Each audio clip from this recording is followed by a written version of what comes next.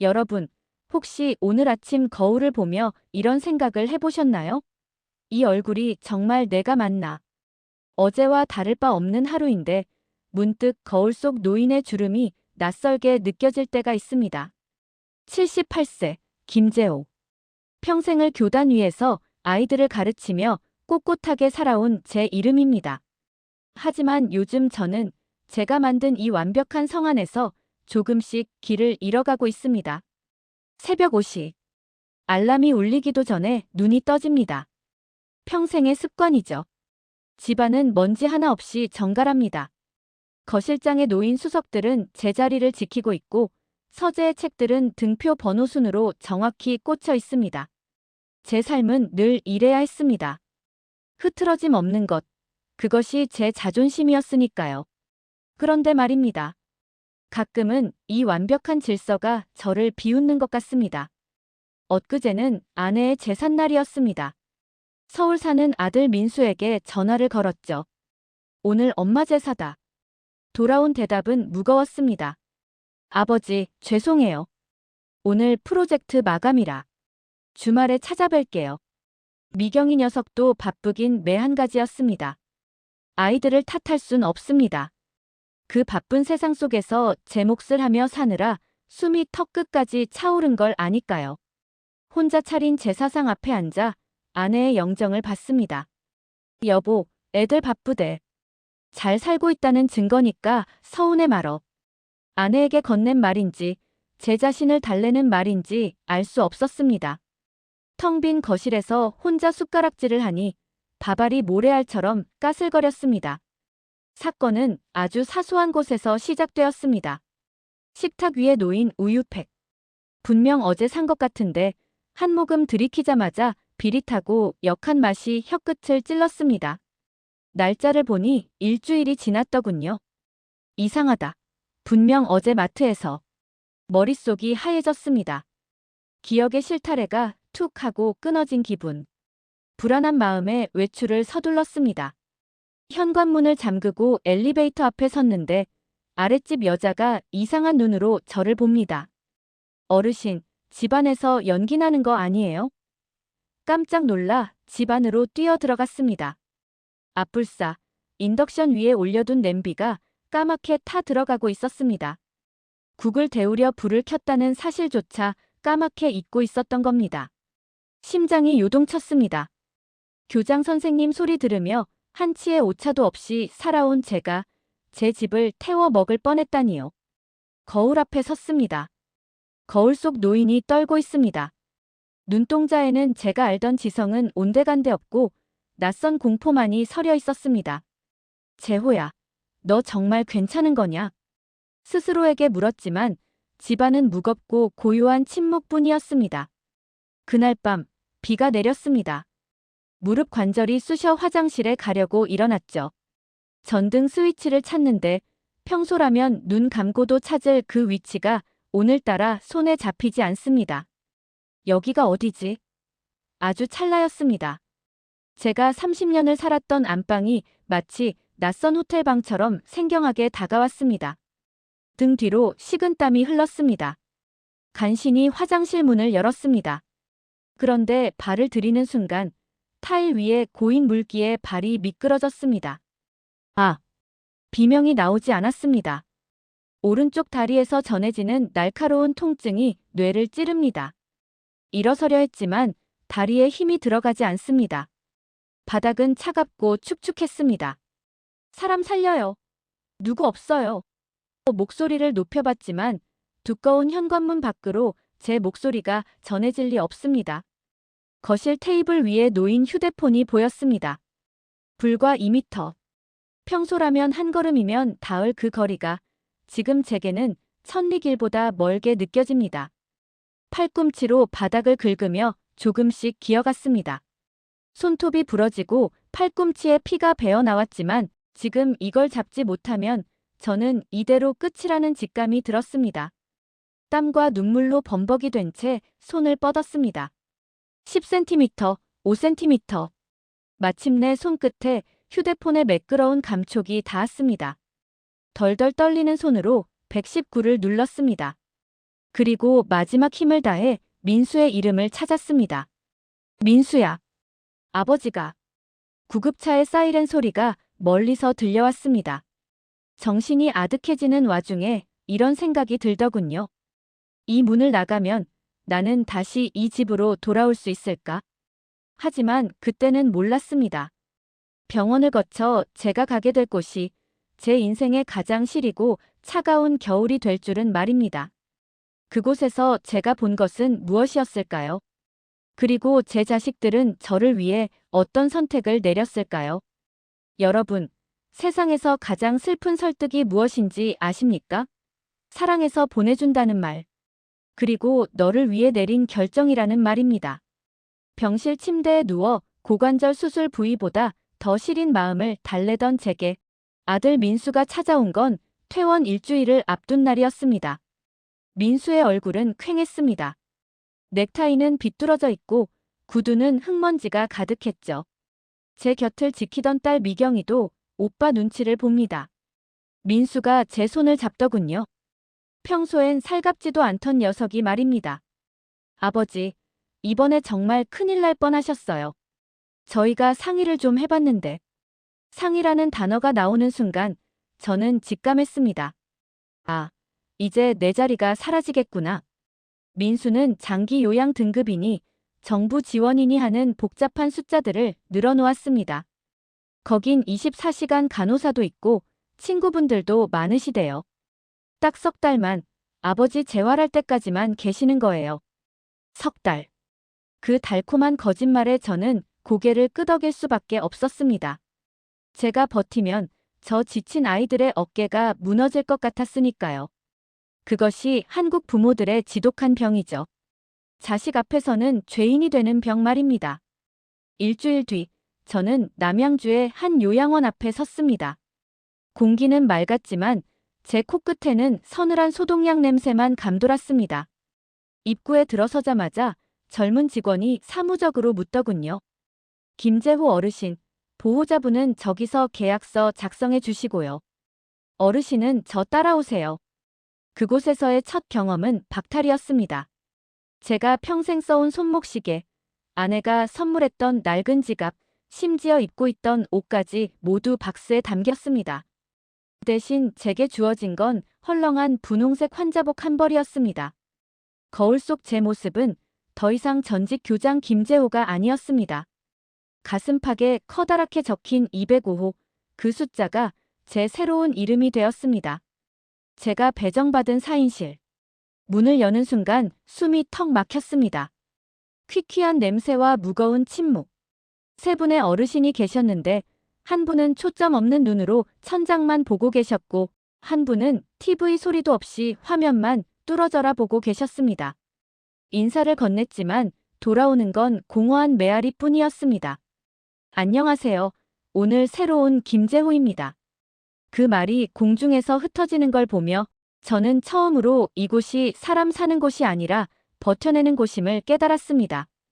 가장 견디기 힘든 건 기계적인 질서였습니다. 자, 205호님. 기상하세요. 세수하셔야죠. 새벽 6시 요양보호사의 쩌렁쩌렁한 목소리에 잠이 깹니다. 집에서는 제 마음대로 문을 열고 닫던 화장실도 여기선 차례를 기다려야 합니다. 화장실 밖에서 보호사가 재촉합니다. 어르신, 빨리 나오세요. 다음 사람 밀렸어요. 평생 남에게 패 끼치지 않고 살아온 제 자존심이 타일 바닥에 짓밟히는 기분이었습니다. 식사 시간은 더 처참했습니다. 영양사가 짰다는 식단은 훌륭해 보였지만 먹는 방식이 문제였습니다. 한 명의 보호사가 여러 명을 돌보다 보니 숟가락이 입으로 들어오는 속도가 무자비했습니다. 아, 하세요. 얼른 드셔야 약 먹죠. 채 씹기도 전에 다음 숟가락이 밀려옵니다. 이건 식사가 아니라 사육이었습니다. 참다 못해 제가 한마디 했습니다. 선생님, 제가 천천히 먹겠습니다. 제 숟가락 좀 주시겠어요? 돌아온 대답은 날카로웠습니다. 어르신, 그러다 흘리시면 옷 다 갈아입혀 드려야 해요. 저희 바빠요. 사이 바쁘다는 그 한마디가 모든 인간적인 요구를 차단하는 마법의 단어가 되더군요. 밤 9시, 강제로 불이 꺼집니다. 낯선 이들의 거친 숨소리와 가끔 들리는 누군가의 헛기침 소리. 어둠 속에서 창밖을 봤습니다. 멀리 보이는 도심의 불빛들이 그렇게 그리울 수가 없었습니다. 민수야, 미경아. 아버지는 괜찮다고 말하며 보냈던 낮에 제 목소리가 가슴을 찔렀습니다. 휴대폰을 꺼내 아들에게 문자를 쓰려다 지웠습니다. 나 좀 데려가라는 말이 목구멍까지 차올랐지만 결국 전송 버튼을 누르지 못했습니다. 자식들에게 짐이 되기 싫어 시작한 유배 생활인데 하루 만에 무너질 순 없었으니까요. 그때였습니다. 옆 침대에 이철수 할아버지가 제 쪽으로 고개를 돌리더군요. 어이, 김 선생. 잠 안 오지? 할아버지가 크크거리며 덧붙였습니다. 여긴 말이야. 죽어야 나가는 곳이야. 아니면 정신줄을 놓던가. 자네도 곧 익숙해질 거야. 그 말이 사형 선고처럼 들렸습니다. 익숙해진다고요? 이런 삶에? 아니요. 저는 그럴 수 없었습니다. 여기서 무너지면 제 인생 전체가 부정당하는 기분이 들었거든요. 하지만 제가 할 수 있는 건 아무것도 없었습니다. 보호자의 동의 없이는 문 밖으로 한 발자국도 나갈 수 없는 이 거대한 성벽 안에서 말입니다. 그런데 말입니다, 여러분. 이 차가운 성벽 안에서도 누군가는 죽음을 맞이하고 누군가는 절망을 삼킵니다. 그리고 그 모습을 지켜보며 제 안에 무언가가 꿈틀대기 시작했습니다. 제가 목격한 요양원의 진짜 실상은 무엇이었을까요? 그리고 무엇이 저를 그토록 처절하게 다시 일으켜 세웠을까요? 비극은 이제 막 시작되었습니다. 옆 침대 이철수 할아버지는 제 유일한 말동무였습니다. 그는 늘 냉소적이었죠. 어느 날 그가 베개 밑에서 낡은 수첩 하나를 꺼내더군요.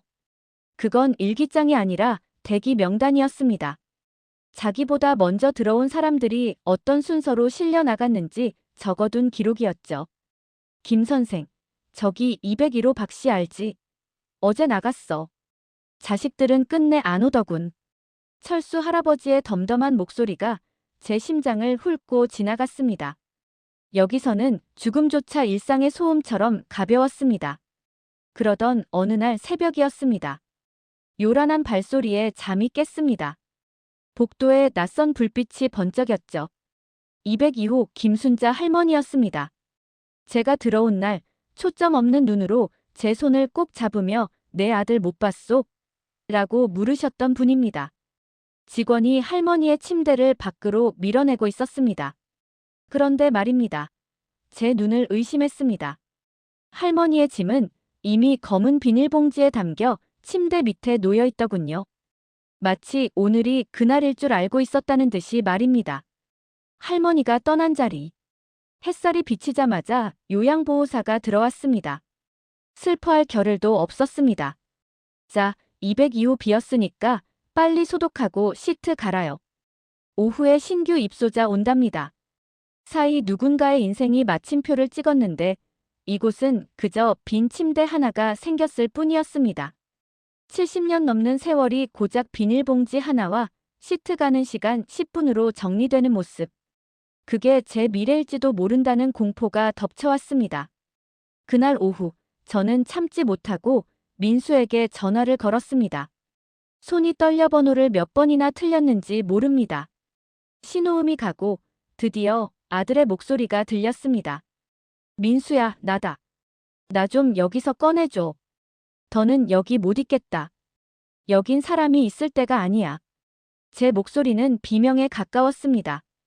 하지만 수학이 넘어 아들의 목소리는 차분하다 못해 시려웠습니다. 아버지, 또 왜 그러세요? 지난주에 면회 갔을 땐 괜찮다고 하셨잖아요. 저 지금 회의 중이에요. 주말에 갈 테니까 조금만 참으세요. 사이뚜. 뚜. 전화가 끊겼습니다. 아들은 제 절규를 노인네의 투정으로 생각한 모양입니다. 그 순간 깨달았습니다. 내 자식들에게 나는 이제 보살펴야 할 아버지가 아니라 안전한 곳에 맡겨진 과제였다는 것을요. 전화기를 내려놓고 거울 앞에 섰습니다. 환자복을 입은 노인이 보입니다. 힘없이 늘어진 어깨, 굽어버린 허리. 아니, 이렇게는 안 됩니다. 이대로 있으면 저도 저 검은 비닐봉지에 담겨 나갈 게 뻔했습니다. 철수 할아버지가 말한 대로 이곳에 익숙해지는 것은 곧 인간이기를 포기하는 것과 같았습니다. 철수 형님. 제가 불렀습니다. 할아버지가 퀭한 눈으로 쳐다봅니다. 나 여기서 내 발로 나갈 겁니다. 죽어서 나가는 게 아니라 살아서 걸어 나갈 거라고요. 철수 할아버지는 비웃듯 껄껄 웃었습니다. 김 선생, 고관절 부러진 노인네가 무슨 수로? 자식들이 안 데려가면 우린 못 나가. 저는 대답 대신 침대 난간을 꽉 잡았습니다. 그리고 억지로 몸을 일으켰습니다. 다리가 비명을 지르고 식은땀이 비오듯 쏟아졌습니다. 끙, 한 발자국. 겨우 10cm를 떼는데 온 세상을 들어올리는 것 같은 고통이 따랐습니다. 하지만 멈출 수 없었습니다. 문 밖으로 나가는 것만이 제 이름 석자를 되찾는 유일한 길이었으니까요. 보호사가 지나가다 저를 보고 소리칩니다. 어르신, 위험하게 왜 일어나세요? 얼른 누우세요.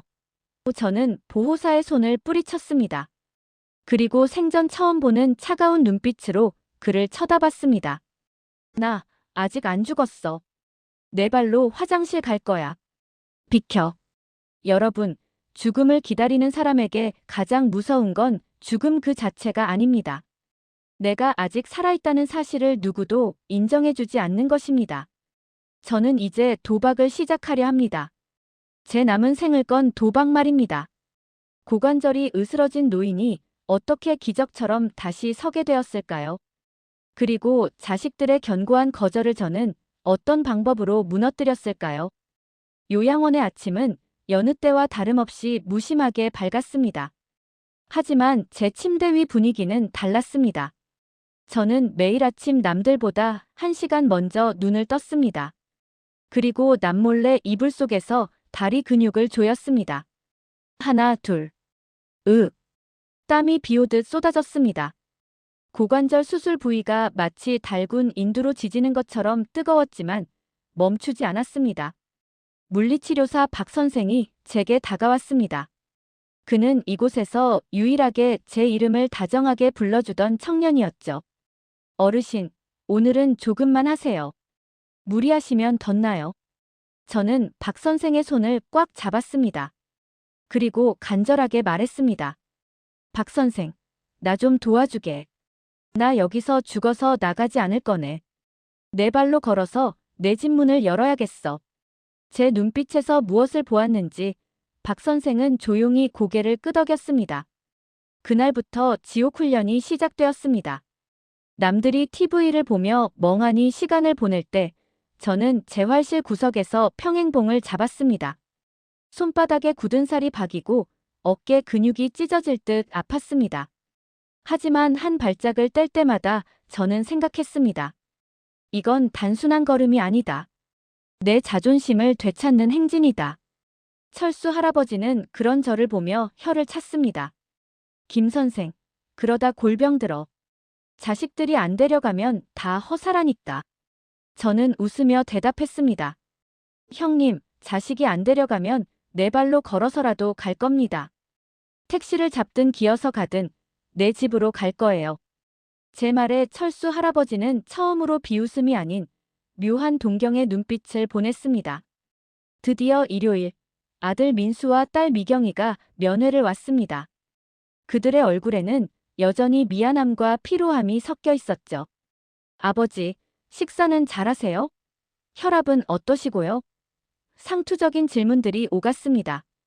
그때 저는 지팡이를 짚고 천천히 일어났습니다. 민수야, 미경아. 저기 복도 끝까지 아빠가 걷는 거 한번 봐라. 자식들은 당황한 기색이 역력했습니다. 아버지, 위험해요. 휠체어 타세요. 하지만 저는 멈추지 않았습니다. 한 걸음, 또 한 걸음. 떨리는 다리에 온 신경을 집중했습니다. 10cm의 전진이 있을 때마다 아이들의 눈이 커졌습니다. 복도 끝에 도착했을 때 저는 뒤를 돌아 자식들을 봤습니다. 그리고 숨을 몰아쉬며 말했습니다. 나 이제 혼자 화장실도 가고 밥도 먹는다. 인지 검사도 통과했어. 오늘 아침 뉴스 내용도 다 기억한다. 미경이의 눈에서 눈물이 툭 떨어졌습니다. 민수는 고개를 숙인 채 아무 말이 없었습니다. 아버지는 짐이 되기 싫어서 여기 온 게 아니다. 다시 일어서려고 온 거다. 이제 내 집으로 돌아갈 준비가 됐다. 민수야, 내가 말한 그 방문 요양인가 뭔가 하는 거. 그거 알아보자꾸나. 제 목소리는 낮았지만 단단했습니다. 교육자로 평생을 살아온 제 인생에서 가장 힘있는 훈화 말씀이었죠. 그날 저녁 민수에게서 문자가 왔습니다. 아버지, 죄송해요. 저희가 너무 편한 생각만 했나 봐요. 다음 주에 원장님하고 퇴소 상담 예약했습니다. 집 정리해 놓을게요. 문자를 읽는 순간 요양원의 딱딱한 침대가 구름처럼 포근하게 느껴졌습니다.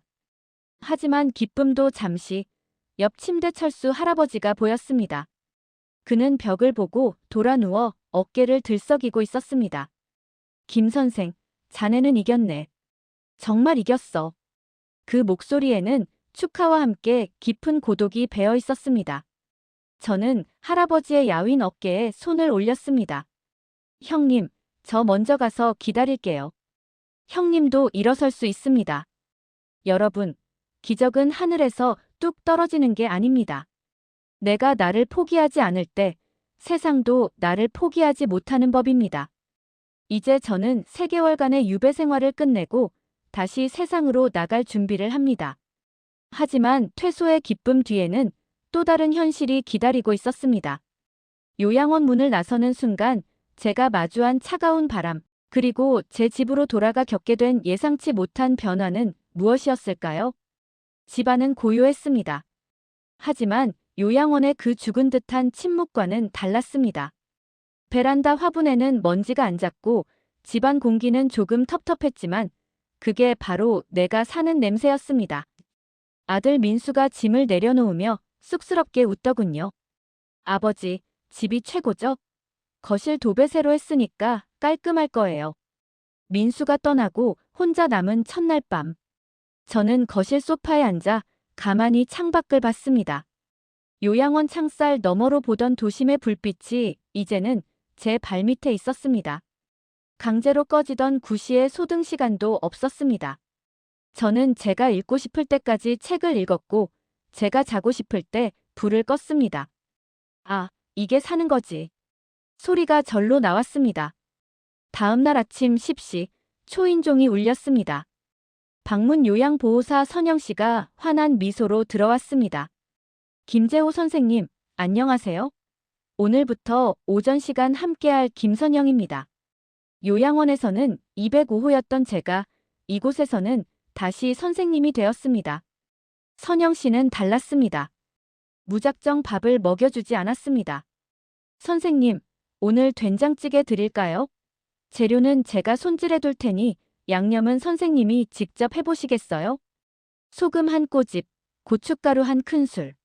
제가 직접 간을 맞춘 찌개가 보글보글 끓어오를 때 저는 비로소 제 일상의 주인이 되었음을 실감했습니다.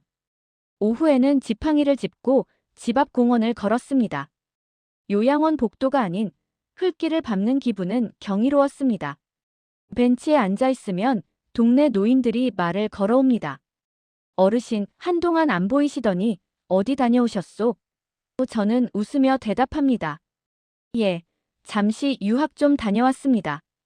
인생 공부 아주 세게 하고 왔죠. 그러던 어느 날 한 할머니가 제게 고민을 털어놓더군요. 나도 자식들이 요양원 가자는데 거긴 어떤가요? 저는 할머니의 눈을 똑똑히 보며 말했습니다. 가지 마세요. 아직 내 발로 화장실 갈 수 있다면 끝까지 내 집에서 버티세요. 근육은 한 번 빠지면 남이 채워주지 않지만 내 의지는 내가 채울 수 있습니다. 이제 제 하루는 단조롭지만 단단합니다. 아침마다 달력을 보며 오늘이 며칠인지 확인하고 메모장에 오늘 걸은 걸음수를 적습니다. 이건 치매 예방 훈련이 아니라 제 삶을 기록하는 역사책입니다. 가끔 외로움이 밀려올 때면 요양원에 남겨진 철수 형님에게 전화를 겁니다. 형님, 저 여기 잘 있습니다. 형님도 얼른 나와서 저랑 공원에서 막걸리 한잔 하셔야죠. 여러분, 노후란 무엇일까요? 죽음을 기다리는 긴 줄에 서 있는 시간일까요? 아니요, 제가 요양원에서 배운 진실은 다릅니다. 노후는 마지막까지 내가 누구인지 잊지 않기 위해 싸우는 가장 치열한 전장입니다. 그리고 그 전쟁터에서 가장 강력한 무기는 타인의 돌봄이 아니라 나 자신의 의지입니다.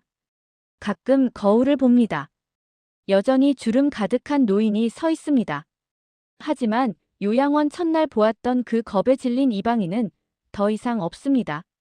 그곳엔 자기 삶의 운전대를 다시 잡은 김재호가 서 있을 뿐입니다. 자식들에게 짐이 될까봐 두려워하지 마세요. 진짜 짐은 스스로를 포기한 마음입니다. 오늘 제 이야기를 들어주신 여러분, 여러분의 부모님은 그리고 미래의 여러분은 지금 어떤 길 위에 서 있습니까? 집으로 가는 길은 멀고 험할지 모릅니다. 하지만 그 끝에는 당신이 잃어버렸던 가장 소중한 보물, 존엄이 기다리고 있습니다. 집안은 고요했습니다. 하지만 요양원의 그 죽은 듯한 침묵과는 달랐습니다. 베란다 화분에는 먼지가 앉았고 집안 공기는 조금 텁텁했지만 그게 바로 내가 살아있는 냄새였습니다. 아들 민수가 짐을 내려놓으며 쑥스럽게 웃더군요. 아버지, 집이 최고죠? 거실 도배 새로 했으니까 깔끔할 거예요. 민수가 떠나고 혼자 남은 첫날 밤. 저는 거실 소파에 앉아 가만히 창밖을 봤습니다. 요양원 창살 너머로 보던 도심의 불빛이 이제는 제 발밑에 있었습니다. 강제로 꺼지던 구시의 소등 시간도 없었습니다. 저는 제가 읽고 싶을 때까지 책을 읽었고 제가 자고 싶을 때 불을 껐습니다. 아, 이게 사는 거지. 소리가 절로 나왔습니다. 다음 날 아침 10시 초인종이 울렸습니다. 방문 요양보호사 선영씨가 환한 미소로 들어왔습니다. 김재호 선생님, 안녕하세요. 오늘부터 오전 시간 함께할 김선영입니다. 요양원에서는 205호였던 제가 이곳에서는 다시 선생님이 되었습니다. 선영씨는 달랐습니다. 무작정 밥을 먹여주지 않았습니다. 선생님, 오늘 된장찌개 드릴까요? 재료는 제가 손질해둘 테니 양념은 선생님이 직접 해보시겠어요? 소금 한 꼬집, 고춧가루 한 큰술. 제가 직접 간을 맞춘 찌개가 보글보글 끓어오를 때 저는 비로소 제 일상의 주인이 되었음을 실감했습니다. 오후에는 지팡이를 짚고 집 앞 공원을 걸었습니다. 요양원 복도가 아닌 흙길을 밟는 기분은 경이로웠습니다. 벤치에 앉아 있으면 동네 노인들이 말을 걸어옵니다. 어르신, 한동안 안 보이시더니 어디 다녀오셨소? 저는 웃으며 대답합니다. 예, 잠시 유학 좀 다녀왔습니다. 인생 공부 아주 세게 하고 왔죠. 그러던 어느 날 한 할머니가 제게 고민을 털어놓더군요. 나도 자식들이 요양원 가자는데 거긴 어떤가요? 저는 할머니의 눈을 똑똑히 보며 말했습니다. 가지 마세요. 아직 내 발로 화장실 갈 수 있다면 끝까지 내 집에서 버티세요. 근육은 한 번 빠지면 남이 채워주지 않지만 내 의지는 내가 채울 수 있습니다. 이제 제 하루는 단조롭지만 단단합니다. 아침마다 달력을 보며 오늘이 며칠인지 확인하고 메모장에 오늘 할 일을 적습니다. 이건 치매 예방 훈련이 아니라 제 삶을 기록하는 역사책입니다. 가끔 외로움이 밀려올 때면 요양원에 남겨진 철수 형님에게 전화를 겁니다. 형님, 저 여기 잘 있습니다. 형님도 얼른 나와서 저랑 공원에서 막걸리 한잔 하셔야죠. 여러분, 노후란 무엇일까요? 죽음을 기다리는 긴 줄에 서 있는 시간일까요? 아니요, 제가 요양원에서 배운 진실은 다릅니다. 노후는 마지막까지 내가 누구인지 잊지 않기 위해 싸우는 가장 치열한 전장입니다. 그리고 그 전쟁터에서 가장 강력한 무기는 타인의 돌봄이 아니라 나 자신의 의지입니다. 가끔 거울을 봅니다. 여전히 주름 가득한 노인이 서 있습니다.